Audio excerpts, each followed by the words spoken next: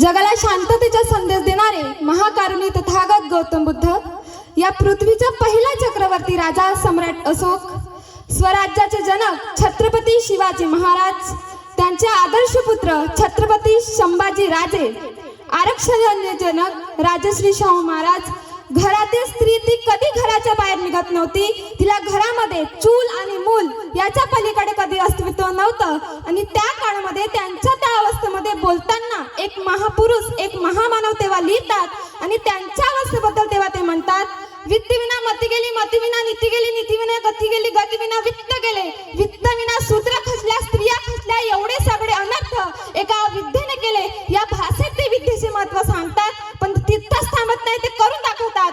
विद्येमुळे मती येते, मतीमुळे नीती येते, नीतीमुळे गती येते, गतीमुळे वित्त येतं, वित्त आल्यानंतर शूद्रांचं बहुजनांचं जीवन म्हणून उंचावतं, असे भर चौकात सांगणारे महात्मा ज्योतिबा फुले, क्रांतीज्योती सावित्रीबाई फुले, राष्ट्रसंत तुकडोजी महाराज, राष्ट्रसंत तुकाराम महाराज, राजमाता अहिल्याबाई होळकर, संत गाडगे बाबा, संत बिरसा मुंडा,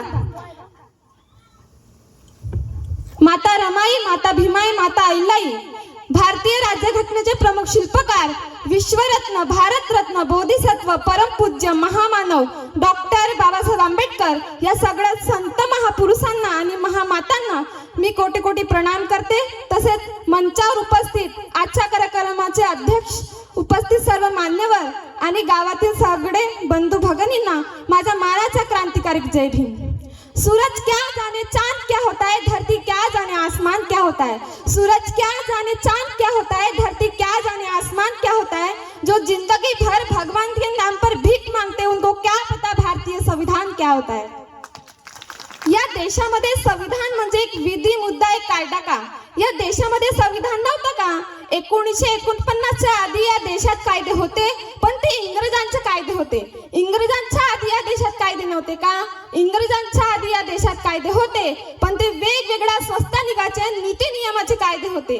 त्या आधी या देशात कायदे नव्हते का? त्या आधी या देशात कायदे होते, पण ते म्हणून सांगितलेले कायदे होते. आणि म्हणून सांगितलेले कायदे महात्मा ज्योतिबा फुले, डॉक्टर बाबासाहेब आंबेडकर, क्रांतिबा ज्योतिबा महात्मा फुले, राजश्री छत्रपती शाहू महाराजांनी नाकारलेले होते.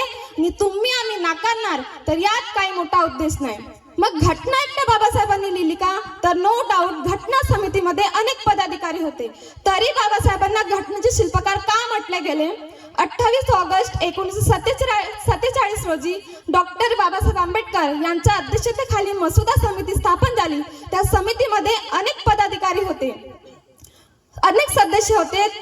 एक सदस्य मृत्यू पावले, त्यांची जागा तशीच राहिली. एक सदस्य रिकामी जागा केली, ते जागा तशीच राहिली. एक सदस्य अमेरिकेत गेले, त्यांची जागा तशीच राहिली. एक सदस्य संस्थानिकाच्या समाजाच्या कामात गुंतल्यामुळे असून सुद्धा नाही आहे असे सांगत होते. आणि 2 सदस्य हे दिल्लीवरून दूर असल्यामुळे व त्यांची प्रकृती बरी नसल्यामुळे तेही घटनेच्या कामात उपस्थित नव्हते. अशा वेळेला संपूर्ण भार एकट्या डॉक्टर बाबासाहेब आंबेडकर ड्राफ्टिंगला अतिशय महत्वाचं की या सगळ्या देशाचं आर्थिक, सामाजिक, राजकीय, धार्मिक, सांस्कृतिक परिस्थितीला साजेशी अशी अनुरूप घटना तयार करण्याची संपूर्ण जिम्मेदारी एकट्या डॉक्टर बाबासाहेब आंबेडकर यांच्यावर येऊन पडली. आणि ती जिम्मेदारी त्यांनी सखोल दराने, परिश्रमाने, शारीरिक संस्थेची चिंता न करता पाण्याचा तुकडा पाण्यात खाऊन अर्धपोट उपाशी राहून 2 वर्ष 11 महिने 18 दिवसात भारतीय संविधानाची निर्मिती केली. तरी लोक म्हणतात पण एकटेच का? तर ऐका, दिल्लीच्या सेंट्रल हॉलमध्ये जा.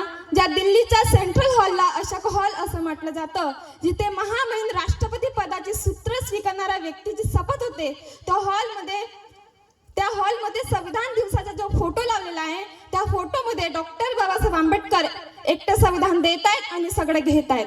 2 वर्ष 11 महिने 18 दिवस संविधान तयार झालं, सगळं झालं. ज्या दिवशी संविधान सभा संविधान समर्पित करत होती, त्या दिवशी ती उद्देशिका लिहिली गेली. त्या उद्देशिकाचं आपल्या सगळ्यांकडून वाचन झालं, सगळ्यांनी ऐकलं आहे.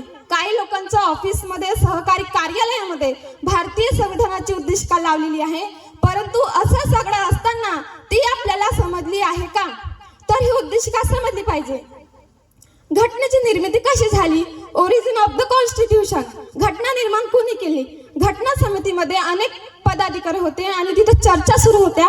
की संविधानाची सुरुवात कशी करायची. तिथं वेगवेगळ्या धर्माचे प्रतिनिधी होते. ते प्रतिनिधी आपापल्या परीने भूमिका मांडत होते की सुरुवात कशी करा. जे हिंदू प्रतिनिधी होते ते सांगत आहेत सुरुवात कशी करा, सर्वसाक्षी ईश्वराला प्रमाण मानून. बाकीचे म्हणाले असं चालणार नाही. तर का बरं तुम्ही ईश्वराला प्रमाण मानून म्हणाल तर फक्त हिंदूच ऐकतील, बाकीचे लोक ऐकतील का. त्याचं काय करायचं.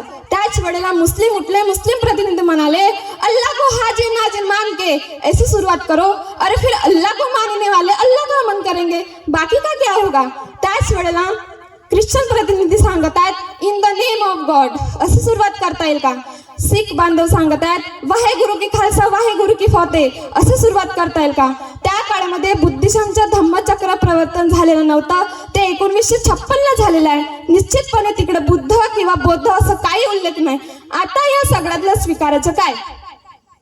समजा ईश्वराच्या नावाने केलं तर कदाचित जैन मुस्लिम बौद्ध ऐकणार नाहीत.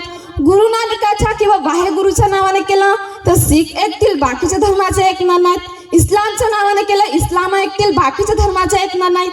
मग काय करावं. नेहरू आणि डॉक्टर बाबासाहेब आंबेडकर दोघंही एक ठरवत आहेत आणि सुरुवात काय आहे बघा.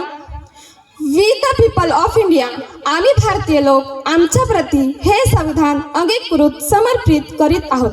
आम्ही भारतीय लोक या देशाची घटना ईश्वराने अल्लाने अल्लाच्या प्रेषिताने गॉडने गॉडच्या मेसेंजरने किंवा कुणी अशा अलौकिक शक्तीने तयार केलेली घटना नाही आहे. ही पूर्णतः भारतातल्या लोकांनी भारतातल्या लोकांसाठी भारतातल्या लोकांकडून तयार करून घेतलेली by the people for the people of the people, लोकांनी लोकांसाठी लोकांकडून तयार करून घेतलेली घटना आहे, आम्ही तयार केलेली घटना आहे, असे डॉक्टर बाबासाहेब आंबेडकर सांगतात. 4-5 लेकरे गेली त्या रमाईच्या मांडीवर तरी डॉक्टर बाबासाहेब आंबेडकरांनी काळाराम मंदिराचा सत्याग्रह घंटी वाजवण्याचा सत्याग्रह नव्हता, मला मंदिरात जाऊन घंटी वाजवू द्या. अरे आणि माणसाहो तुम्हाला कुत्र्यांचा प्रवेश चालतो, तुम्हाला माकडांचा प्रवेश चालतो, तुम्हाला जनावरांचा प्रवेश चालतो. माणसाला जर मंदिरात प्रवेश नसेल तर माणूस म्हणून जगण्याचा अधिकार मिळावा म्हणून बाबासाहेबांनी काळाराम मंदिराचा सत्याग्रह केलं.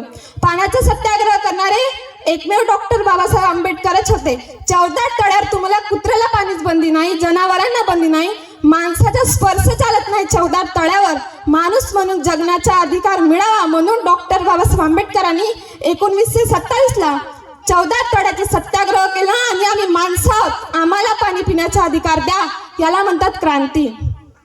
डॉक्टर बाबासाहेब आंबेडकर म्हणतात राज्यघटना लिहिताना मला फारसे कष्ट पडले नाहीत, कारण माझ्या डोळ्यापुढे छत्रपती शिवाजी राजांनी निर्माण केलेलं स्वराज्य उभे होतं. आमच्यातलेच काही लोक गद्दार झाले, त्यांच्यासोबत ते बसायला गेले, ती तिथून ऑर्डर झाडतात लाडकी बहिणांनी 1500 रुपये दिले. ज्यांना वाटतं 1500 रुपये दिले म्हणून तुम्ही लाडक्या बहिणी झाल्या, परंतु तुम्ही लाडक्या बहिणी त्या बाबासाहेबांच्या आहेत. डॉक्टर बाबासाहेब आंबेडकर जेव्हा धनबादला गेले आणि धनबाद हे आपल्या देशातील सगळ्यात मोठं कोलमाईलचं ठिकाण आहे, त्या कोलमाईच्या ठिकाणात गेले आणि तिथे एका 400 फूट आत खोलीमध्ये एक 7 महिन्याची गर्भवती महिला आपल्या डोक्यावर कोळशाचे टोपले घेऊन जात होती.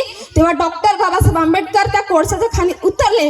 लाडक्या बहिणी नव्हे का, डॉक्टर बाबासाहेब आंबेडकर त्या कोळशाच्या खाणीत उतरले आणि त्या महिलेला विचारलं की तुझ्या घरी अशी कोणती बिकट परिस्थिती आहे ग, तू 7 महिन्याची गर्भवती महिला सुद्धा असताना कोळशाचे टोपले घेऊन डोक्यावर जात आहे. तेव्हा त्या महिलेनं उत्तर दिलं की माझ्या घरी खाण्याची सुद्धा सोय नाही.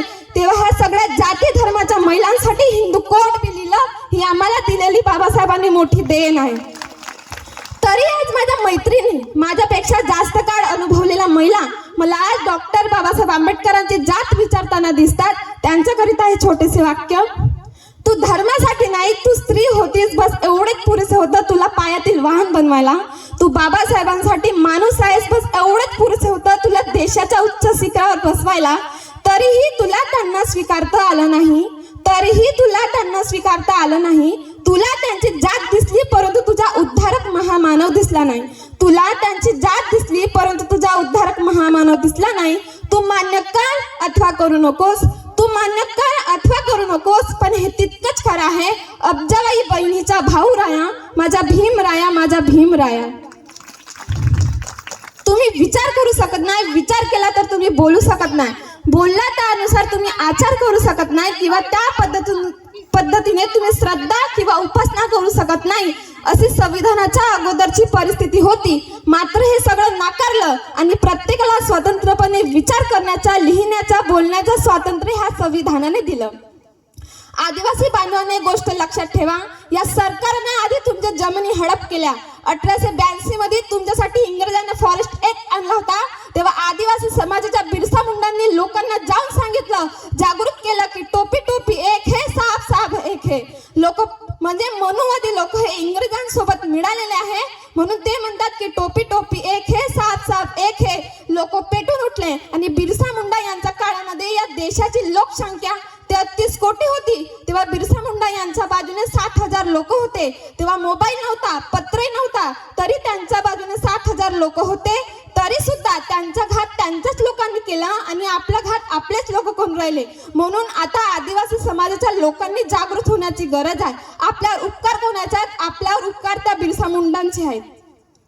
मी जाता जाता इतकंच म्हणेन, जे लोक आरक्षणाच्या संविधानाच्या विरोधात बोलतात त्यांनी फक्त 6 महिने मनुस्मृतीनुसार वागून दाखवा.